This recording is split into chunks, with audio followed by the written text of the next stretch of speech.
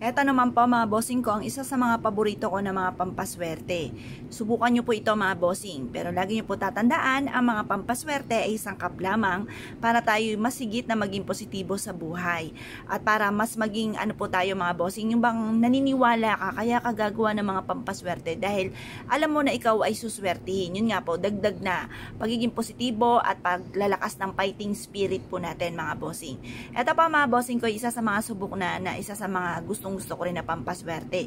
Ibang version lang siya, nakalagay siya sa platito. Ngayon pa mga bossing, subukan nyo po itong gawin mga bossing ko sa pamamagitan ng asin na isa sa mga pinakasubok na pang-cleansing ng kapaligiran. Kaya ako mga bossing dito sa table ko, sa kusina, maging sa negosyo, hindi ako nawawala ng asin. Kasi ang asin ay isa sa mga paborito ko na mga pampaswerte. Ngayon pa mga bossing, samahan pa po natin ng blockbuster at isa sa mga napaka-generous na magbigay ng blessing ang ating only wishes na dahon ng laurel. Ito pa mga bossing ko ay perpektong sangkap upang sa ganon mabilis na makamit ang mga pinapangarap at para magdoble-doble ang blessing at higit pa sa mga wishes ninyo ang dumating po sa inyo. Ngayon pa mga bossing, ganito lang po inyong gagawin.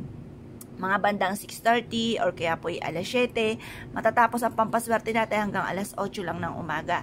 Magwi-wish po tayo dito sa pamamagitan ng aking sipag at tiyaga, pananalig sa mahal na Panginoon, pagiging madiskarte at sa pampaswerteng ito ay makakamit ko lahat ng aking mga pinapangarap.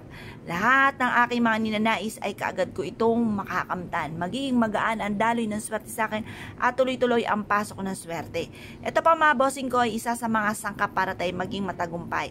Kung may mga dumarating tayong pagsubok, kasi ako po ganun din ako mga bossing. Ang dami ko mga pagsubok na pinagdaanan at mas nagiging fighter ako sa hamon ng buhay. At yung mga pagsubok ay pinagdadaanan lang at hindi tinatambayan. Subok na napakaswerte mga bossing. Subukan nyo po ito. Ngayon pa mga bossing, basta ang ating asin ay natunaw, tapon nyo lamang, pati yung dahon ng laurel, itapon nyo na lamang din po ito. Tapos paltan nyo ng panibago. Kasi kaya pag natunaw, marami mga nahigop na negatibong enerhiya. Tapos, mainam na subukan nyo po ito sa umaga mga bossing, or kaya kapag full moon, subukan nyo rin po ito. At tapos positive ka lamang, i-mindset nyo na simula na ito ng tagumpay nyo, hindi na kayo mamumblema sa pera, makakamit nyo lahat ng inyo po mga pinapangarap, siksikliglig at aapot, maraming blessing ang darating sa inyo. Subukan nyo po ito po isa sa mga subok na rin na napakaswerte. Kung naniniwala ka at nais po itong gawin, huwag na kayo magpatumpik-tumpik pa. Ito po ay subok na napakaswerte mga bossing at mas gagaan yung daloy ng swerte. Mapapasin nyo naman po ito kaagad, or kaya po mas magiging fighter ka sa hamon ng buhay. Maraming mga iba't ibang ideas na papasok sa inyong isipan. Mas magiging masipag ka, madiskarte sa pamamagitan nito dahil alam mo na ikaw ay suswertihin at ikaw po ay makakamit nyo lahat yung mga pinapangarap. Yun ang pinaka-mayor po niyan eh. Yung alam mo sa inyong isipan at hindi ka titigil hanggat di ka nagiging matagumpay.